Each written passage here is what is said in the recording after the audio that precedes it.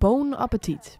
Geen gewone hamburger, maar een echte bonenburger. Op kindcentrum De Wel in Broeksterwaard kregen de leerlingen van groep 7 en 8 keukenles onder begeleiding van een echte kok. Wel een beetje te gezond. Maar ja, dat is eigenlijk wel lekker, denk ik. Jullie hebben wat echt vlees.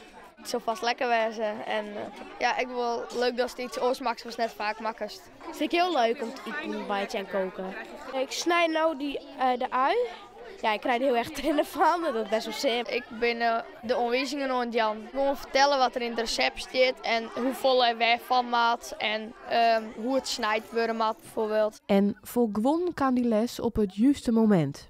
Ik ga me wel in de vingers snijden. Ik wie ui aan het snijden en toen gebruikte ik net een speciale techniek waarbij je dat net in de vingers kon snijden. Dus toen sneed ik me in de vingers. Nou weet ik echt dat ik die techniek wil aan het gebruiken. Na al dat snijden, mengen en bakken is het tiert voor het belangrijkste.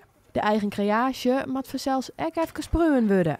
Ik had er wel zin in, maar ik ben wel zo'n band die net wat te proeven. Want dan ben ik weer bang dat ik die hele vleerlijn onder te kotsen. Dat ga ik wel zo. Ik wil het wel proberen. Lietse hapjes. Nou, ik vond hem zelf net heel lekker. Ik vond het een beetje een gekke smaak. Ik ga net zo vaak ben, dus... Net heel lekker, maar ik net heel vies. Ik vond het best wel lekker, een wat oors. En ik hou zelf ook wel een beetje van bientjes. Heel leuk en vooral ook lekker zo'n burger in de klasse. Maar het is net alleen nog maar smikkelje. Er zit zelfs volle meer achter als alleen maar lekker eten. Het grootste leerpunt is eigenlijk kinderen enthousiast maken om zelf te gaan koken. Dat is eigenlijk het grootste doel.